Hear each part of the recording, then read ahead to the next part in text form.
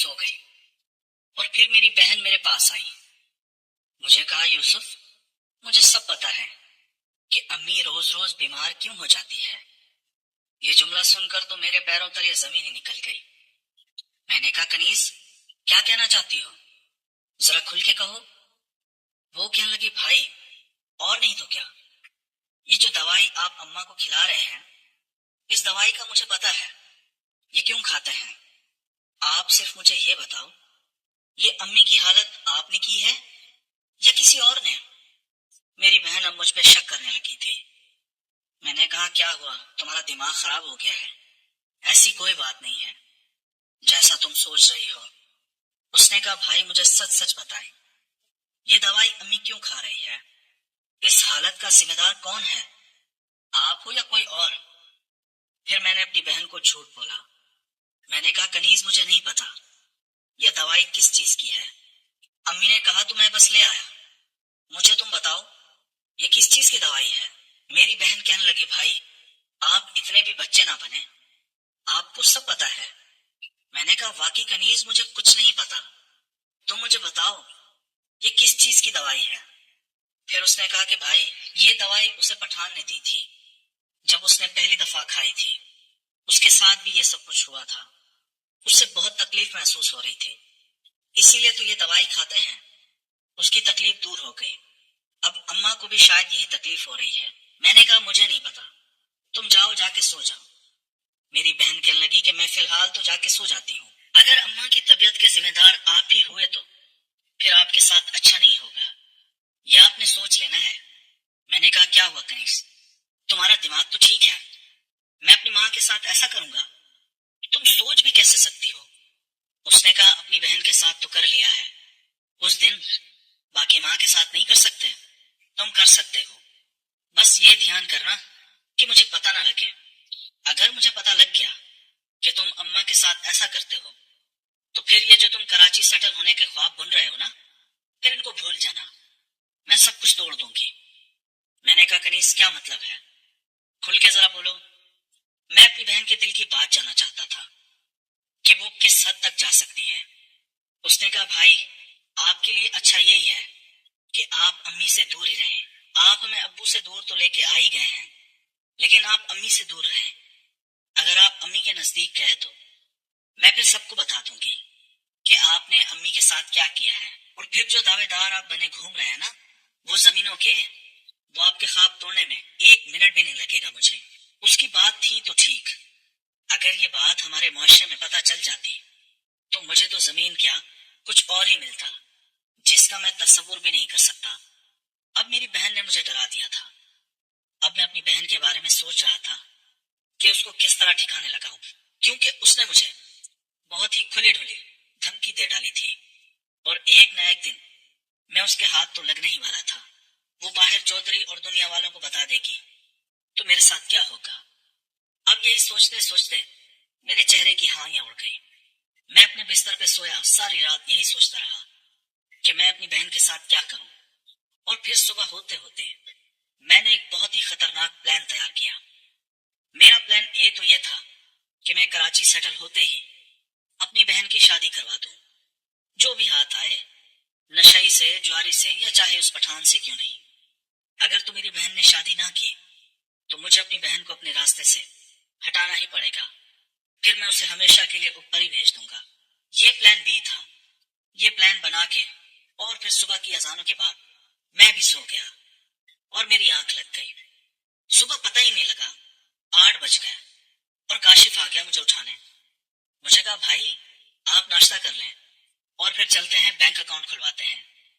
شام کو چل کے چودھری کے پاس سے ہم وہ 1 کروڑ روپے بھی لے آئیں گے اور پھر ہم کل کراچی کی تیاری کرتے ہیں. میں نے کہا چلو ٹھیک ہے کاشف، تم جاؤ ناشتہ کرو، میں ابھی اٹھتا ہوں.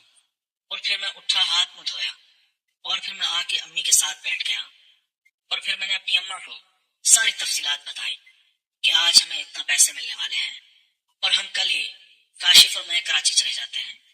آپ لوگوں کے لیے کوئی اچھا سا گھر ڈھونڈتے ہیں اور اس کا ٹوکن بھی دے آتے ہیں اور پھر میں آؤں گا بقایا پیسے بھی، اور آپ سب لوگوں کو ہم کراچی لے جائیں گے.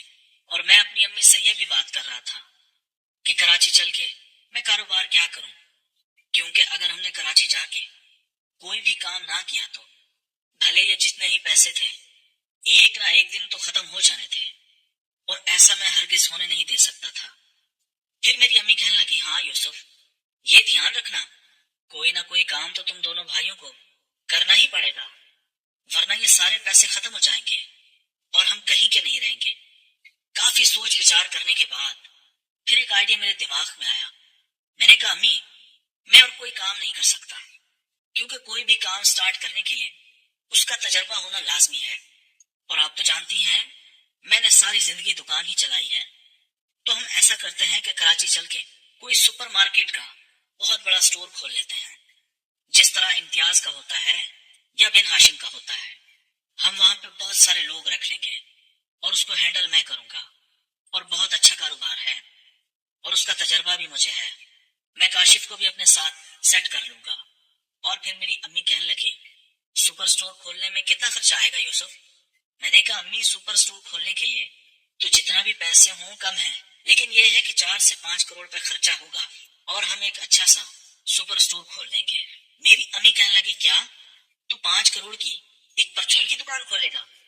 میں نے کہا، امی، وہ پرچون کی دکان نہیں ہوتی، وہ ایک سٹور ہوتا ہے۔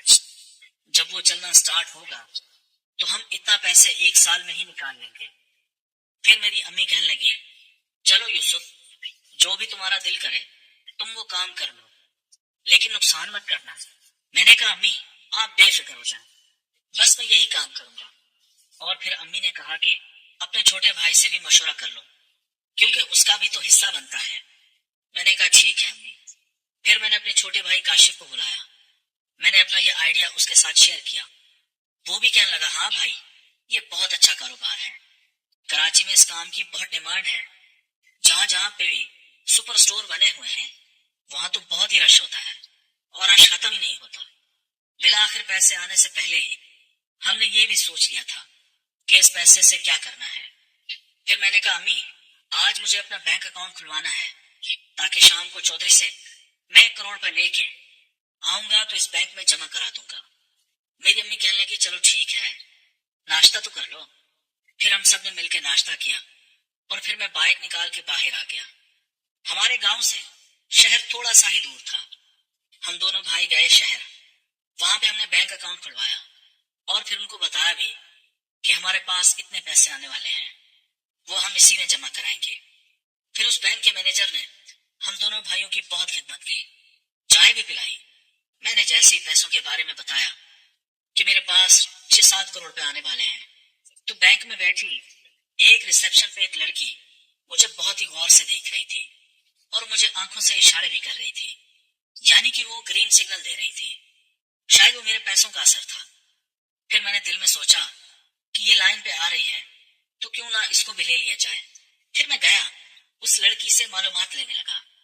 میں نے کہا، میڈم، آپ اس بینک میں کیا کام کرتی ہیں؟ اس لڑکی کا نام رخسانہ تھا۔ اس نے مجھے بتایا کہ جو بینک سے گاڑیاں لیتے ہیں نا لون پہ، وہ گاڑیاں میں ہی دیتی ہوں۔ پھر میں نے اس سے کہا کہ مجھے گاڑی بھی چاہیے ہوگی، ظاہر ہے اگر میں کراچی میں 4-5 کروڑ کا سپر سٹور بنا سکتا ہوں تو مجھے گاڑی تو لازمی چاہیے ہوگی۔